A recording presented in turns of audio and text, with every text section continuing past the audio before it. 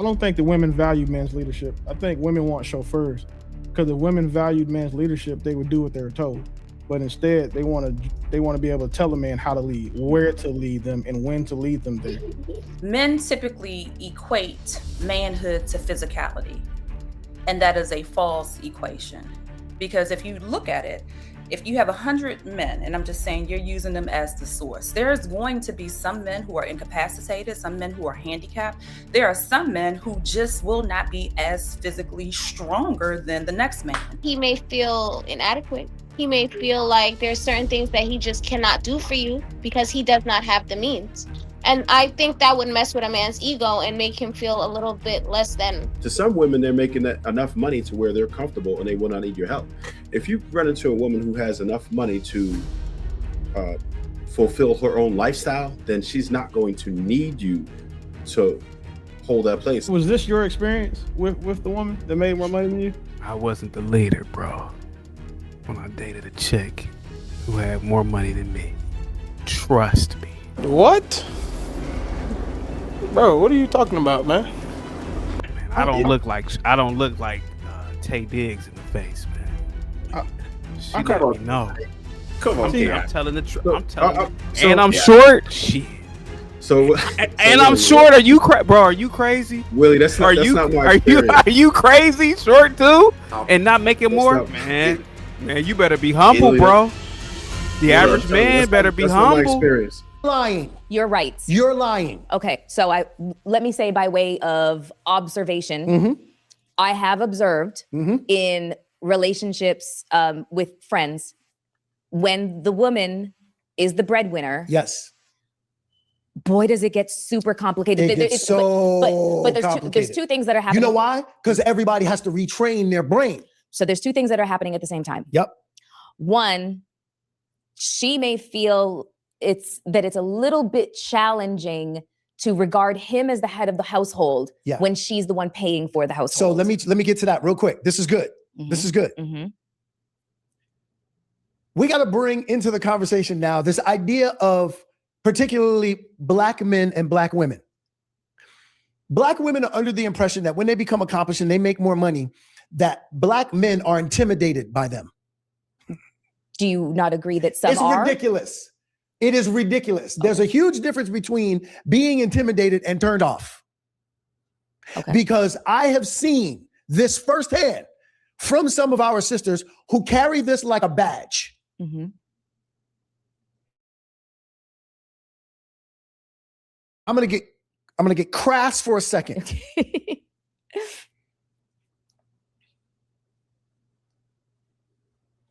If you are not bending over your man, and if you can't beat him up, you can't intimidate him. It's not possible. Let's stop the garbage. Okay. No man is going to be intimidated by you unless you are bending him over or beating him up. Okay. Now watch this. Okay. We're going to have a real conversation now. We are. Because we got to start retraining our brain because we've all been poisoned. I know this. Okay. 3:00 in the morning. My wife, by the way, right now, Mrs. Whitfield out-earns Mr. Whitfield. There's only one man in that house. One.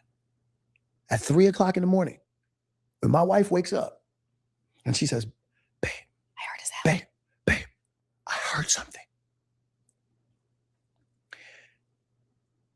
If it were difficult for her to see me as the man of the house, she would get up, grab the gun, grab the Roddy, and go see if everything is okay. While I lay underneath the covers and wait for her to get back.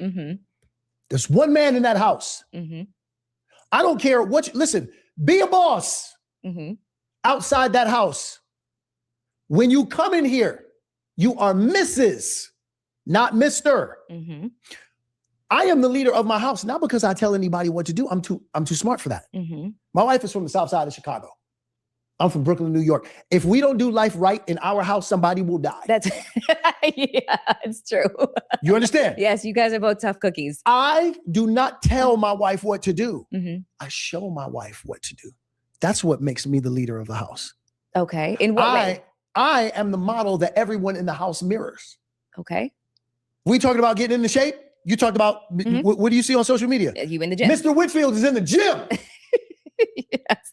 I am modeling for my wife what she can do.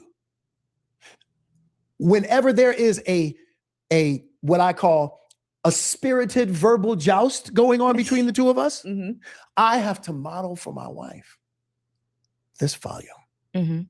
Because if it goes to 10, somebody's going to get hurt. I'm not talking about physically. I'm talking about emotionally, spiritually, because you know anything past 6, 7, 8, it's going to get nasty. So the first thing that I have to do is become the model that I want mirrored.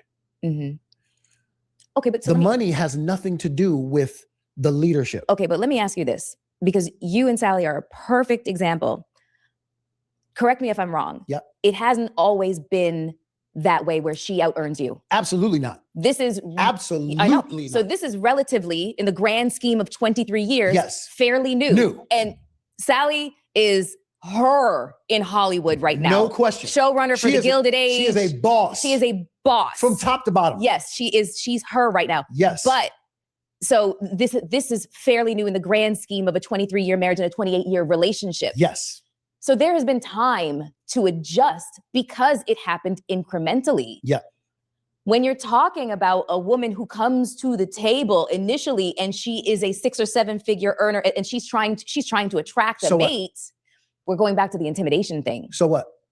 We're going back to the intimidation thing. It's not necessarily the money. It's not necessarily the money. It's not necessarily the career. Yep.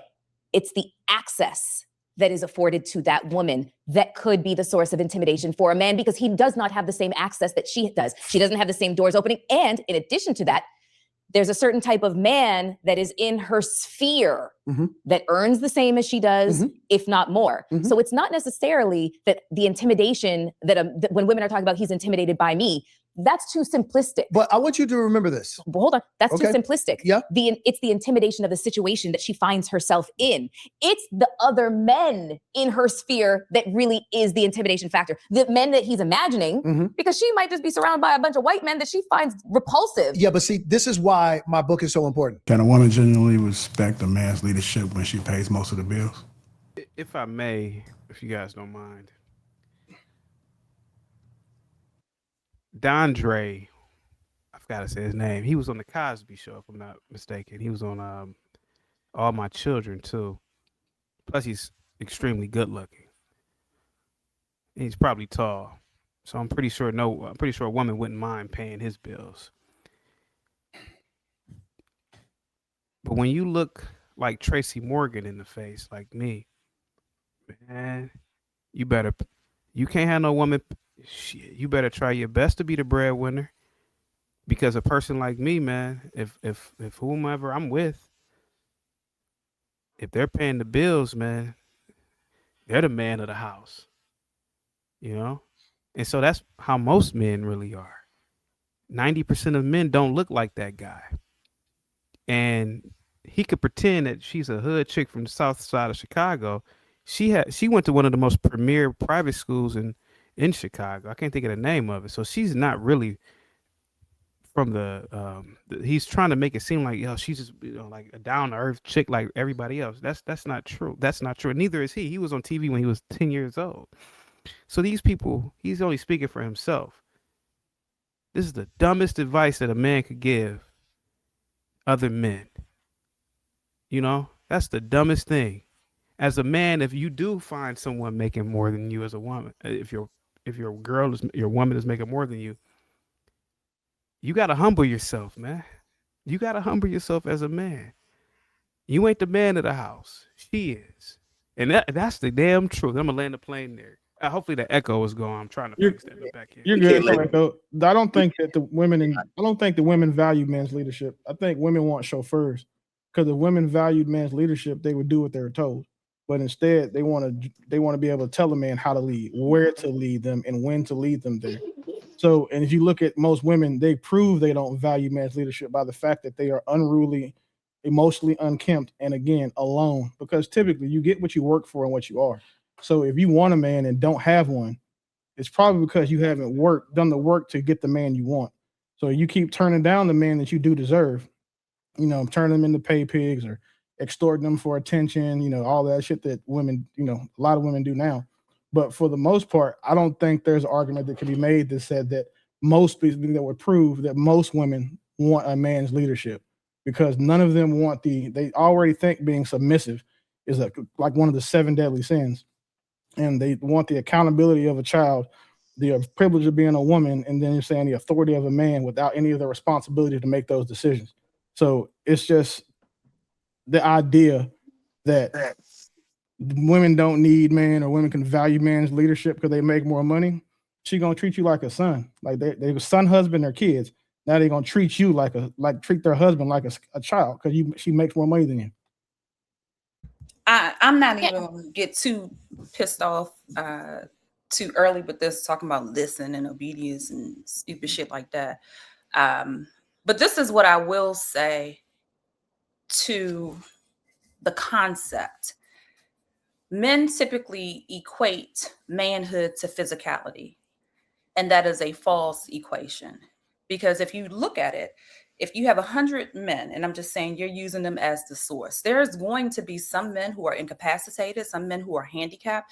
There are some men who just will not be as physically stronger than the next man.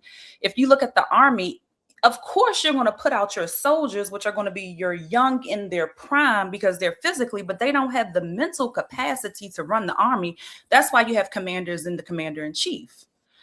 So it is a false equation when men start saying, well, I'm the one who goes physically and responds, so therefore bodyguards can do that and you still can be a boss. Again, Putin, little nigga, excuse me, he's small. There's short guys who run things.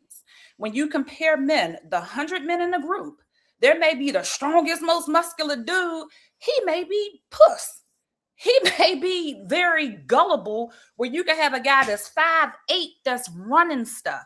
So it's mind-blowing to me that the times that they try to exert their masculinity and consider themselves to be man is when they compare themselves to us as women to say, well, I'm the most physical. But guess what? They give each other the same equality and respect when it comes to men's group as a whole. He could be the handicapped dude, he could be the older dude, whatever. They're not going to say because you're handicapped or older. It's just utterly ridiculous to me. I land there. I have 2 points that I wanted to present, which is that I kind of think it should be like, may the best suitor win, for one. And then also, like, I don't know. I don't know. I feel like I think a little bit differently about it. Like, I don't know. Just may the best suitor win, though. I wanted to circle back to the point where they were saying that, his wife, I think at that moment, was out earning him. But it wasn't always like that. And I think they need to put more emphasis on that for a little while. But in the most part, I feel like sometimes if you out earn a man, there are certain things, certain luxuries that you may be used to that he cannot provide for you, right? Because, he's just not financially there. So if you're financially there and you can do certain things for yourself that he can't do for you, of course, at some point he's going to feel inadequate.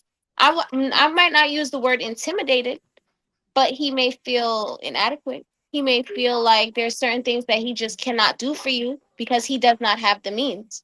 And I think that would mess with a man's ego and make him feel a little bit less than. So that's something that people also need to consider. No? True saying no. All right. So I got a different take on this. I don't think that women necessarily are monolithic on this particular subject. I think that for women, not every one of them is going to get with you for their bread, right? The whole existence of a Pookie or Ray Ray lets you know that women don't always look for a man who's doing well, who has money. And sometimes they treat that dude like gold. I've seen it. So you're basically filling whatever void that woman needs from you. She has to think that you offer her value. and whatever it's going to be whatever her fix is. To some women, they're making enough money to where they're comfortable and they will not need your help. If you run into a woman who has enough money to fulfill her own lifestyle, then she's not going to need you to hold that place. I've talked to plenty of women who had more money than me, and that it didn't really matter. Like wealthy women, doesn't matter. They don't care about the money because they are already able to take care of that. But what they did appreciate about me is that I'm plugged in. I find ways to save you money. I have a whole bunch of skill sets, right? There's other ways that you can have a woman's respect besides money. I think it gets weird when we start thinking that you can't get with a certain woman just because you don't have enough bread. That's not really it. But there is something to be said about women who lead with their wallet. There are some women who sometimes come from nothing, aren't used to money, don't have any lineage or pedigree, run into some money and don't know how to behave. And those types of women will treat you like a baby, right? Those people who feel like they've arrived. This is a different type of woman now. When you run into one of those, then yeah, you're going to know right away because she's going to have to buy the illest bags. She's going to be running around and, certain cars and always worried about a look and always have to go to certain places. Those type of people you stand clear of anyway, right? But if you end up with one of those, yeah, she's going to treat you like shit. She's going to son you. Those are the types of women that you have to avoid. So it all depends on how that particular woman feels about money in the first place. Well, I was gonna say, you know the movie. What is it? Was it Think Like a Man, right? With Taraji, she was caught up in the status, and she ended up meeting somebody who had a great connection. He was trying to, put on this facade because he wanted to get the girl, and then what happened? She came back home. She came back home because she couldn't deny the connection of love, and I mean, I just think that if you pour into a person, I think you get most of the time that reciprocation. If you pour into a person, I don't know. I just think a lot differently. I've been with somebody who I made more than, and I've been with somebody who I made less than, and I felt like I treated them the same. As long as you're building up our family, and you put in you're doing your part. I just feel like I don't think it's. I had an education, he didn't. I knew that getting with him. I just think a little differently. True. Has it? So who up here has dated somebody that makes more money than them? Excuse me, I don't care about y'all. All y'all men make more than y'all. If they didn't, you wouldn't be fucking them. But fellas, like, who has dated a woman like in a long-term relationship that made more money than them? Was this your experience with the woman that made more money than you? Trust me. I wasn't the leader, bro. When I dated a chick who had more money than me. Trust me. Man, I don't look like Tay Diggs in the face, man. She let me know. Come on, I'm telling the truth. And I'm short. Shit. So and I'm short. Are you bro? Are you crazy, Willie? That's not my experience. Are you crazy? Short too, and not making more, man. Man, you better be humble, bro. The average man better be humble. Not my experience. So Jay up there. Jay up there. Oh, I dated a man, and he didn't have any money. Well, I bet that man. I don't know. Did he look like who's the guy who played? Did he look like what's that? Henry Cavill who played Superman? Jay, He was average looking, but I was also younger. I married him and I had children with him. Okay. That's different. That's a little bit different. See, Jay, we need that context. That context would have mattered. But I'm saying even when you said it, he still didn't. He still didn't make the money, and I ain't go after a dime from him. So I'm just saying.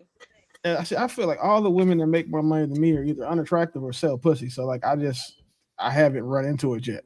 But Trev, what did you say your experience was? It was cool. I didn't have no issues, man. But again, I offer value in a lot of other ways. And I understand women are emotional creatures, and it's how you make her feel. So not every woman is looking for that money void to be filled. If she doesn't really need you for money, then you can offer plenty of other things.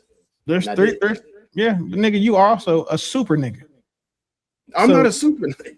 I mean, wait, hold on. Now, Trev, you listen. First of all, pause. But you 6'6" niggas, like no, y'all, I'm 6'4". Same fucking thing. Y'all are the super niggas. Y'all are the women that like.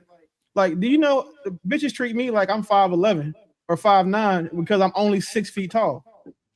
So you super niggas, they look at y'all like, oh, y'all must be, he must be on something because he's tall. Like women, a lot of women look at y'all like that. What is that? So you're saying is you saying it's handsome privilege or some shit? That's what you. No, not handsome, because you know what I'm saying. Then I would probably. It's not privilege. It's what he said. It's about contribution. It's about the fact that he said, I can't offer this, but I can offer this. That is what it really is. It has nothing to do with him being 6 foot. It has to do with the other things that he could bring to the table. So he doesn't have money, but he knows how to change a tire. He knows how to get an oil change done. You know, these are things that would lessen the load for me. So Candy Apple, wait, now don't get it twisted. Wait, don't say that because don't say I didn't have money. I wasn't broke. I'm not. I'm far from broke. We know this, Trey. I know. I'm not saying you were broke. I'm just using. I know you're not broke, bro. So don't worry about it. But let me just deal with her for a second. So you know what? That sounds great, right? In theory. However, when you hear women describe men and the men that they want physically, which is what I was talking about, which is the other place you have to make up for. Like, there's 3 areas you got to make up for: status, money, or physicality. Women, 3 of those. That's the triangle. So if you don't have the money, you got to have the other 2. Because if you only got one, like Chaos said, like you kind of fucked. My point with Trev is that he is in the physically, height wise, he is in the top 5% of niggas. Women say they want a dude. They say 6 foot, but again, they really mean like 6'4", 6'6". They don't want the tall. That's fine, right? And he said that she made more money, so that's cool. But he had the status, he had the character, he had the charisma, he had all other things. But that physical part does matter, because if he was Chaos's height, then he would have. I guarantee you that experience would have been different, because again, he was lacking in one of the most important ways that y'all care about. Because you ask 1,000 women what they look for, 900 of y'all say the same shit, and height matters. Like as someone who every now and then benefits from it, height matters. Like you can say that it doesn't, like it shouldn't, right? I'll give you that, but and maybe for you cool, right? But I hold you in a higher esteem based on how you comport yourself so far. But the rest of these women, they're lying. They want a nigga that's 6'6", got, you know what I'm saying, make 6 figures a month, and that they can tell what to do. It depends on the level of the female that you're dealing with. Sorry to cut you off, because I'm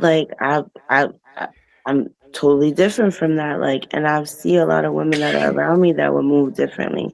But I do agree with what you're saying, though. I'm not going to take any point away from that, because you're correct.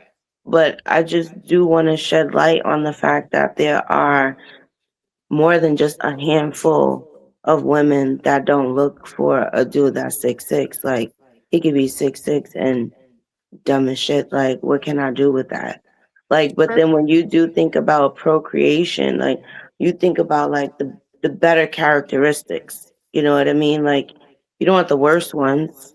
You kind of want the best ones, in my opinion, too. Like, when you go to, like, let's say like the animal shelter and you're looking for a pet, like, you don't want the one with like the shaggy fur and missing leg. Like, you want the one that looks like somebody cared about it, like somebody wanted it.